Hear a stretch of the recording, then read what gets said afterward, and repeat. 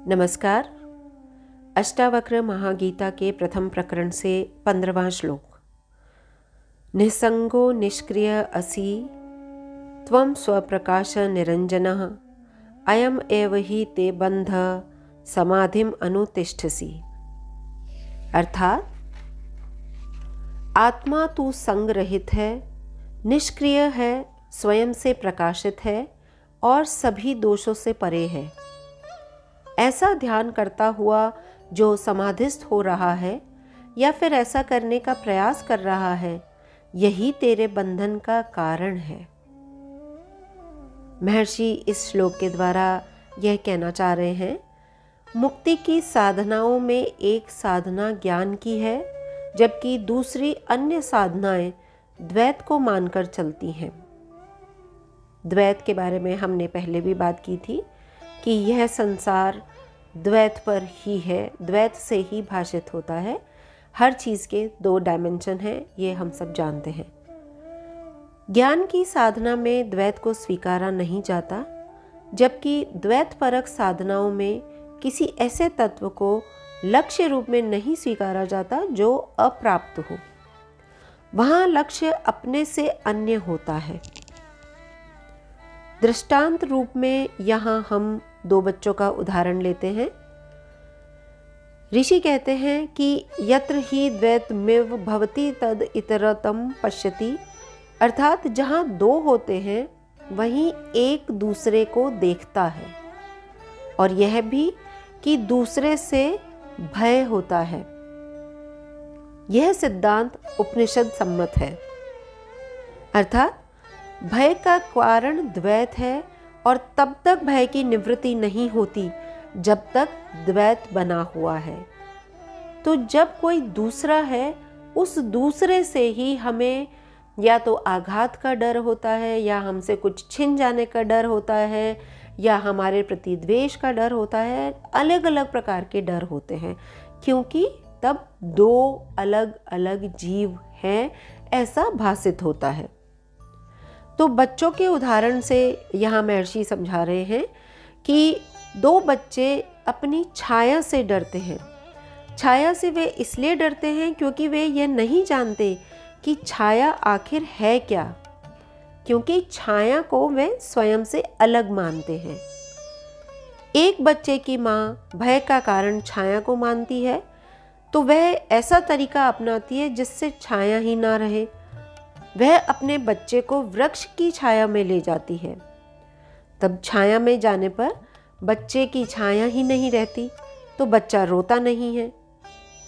दूसरी माँ को यही तरीका भय से छुटकारे का स्थायी समाधान नहीं लगता।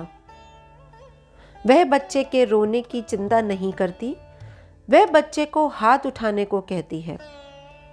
बच्चा जब हाथ उठाता है तो छाया भी वैसा ही करती है। माँ बच्चे को यहाँ निश्चय कराती है कि वह जिससे डर रहा है वह छाया उसी की तो है, इसलिए छाया से क्या डरना। छाया से डरना मतलब स्वयं से डरना।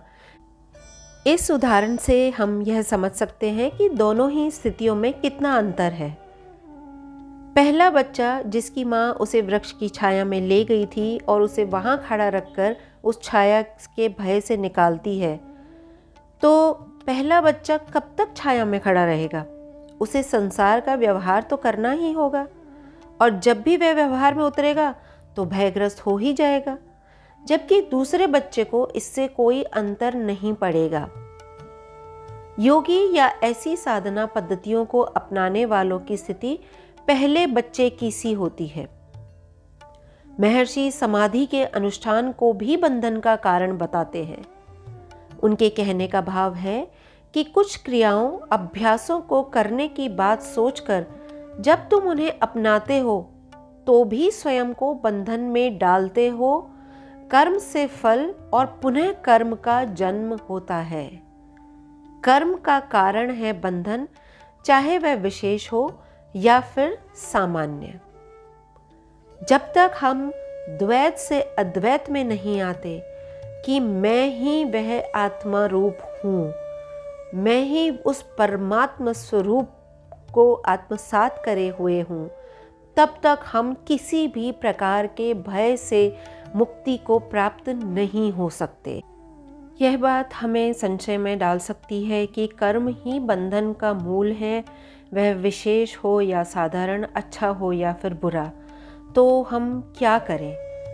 तो कहीं गीता में भी अगर हम पढ़ते हैं या हम संत महात्माओं से भी अगर सुनते हैं, भागवत पुराण में भी हम इसके बार बार जगह जगह पर ऐसे उद्धरण आते हैं कि जब हम अपना कर्म उस परम तत्व को ही समर्पित कर देते हैं और हम इस बात को समझ लेते हैं, आत्मसात कर लेते हैं कि करने वाला भी वही है और करवाने वाला भी वही है, तो हमने जो भी किया वो उसी का है और उसी ने किया, तो हम धीरे धीरे इन सभी कर्म फलों से मुक्त होने लगते हैं और उसी के साथ हमारे भयों से भी हमारी मुक्ति होने लगती है।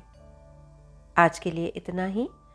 आपसे निवेदन है कि आपके जो भी विचार हों, आप जो भी कहना चाहें, शेयर करना चाहें, तो कमेंट बॉक्स में लिखिए। और अगर आपको हमारा प्रयास अच्छा लग रहा है तो चैनल को लाइक और सब्सक्राइब ज़रूर कीजिए। हरि ओम तत्सत।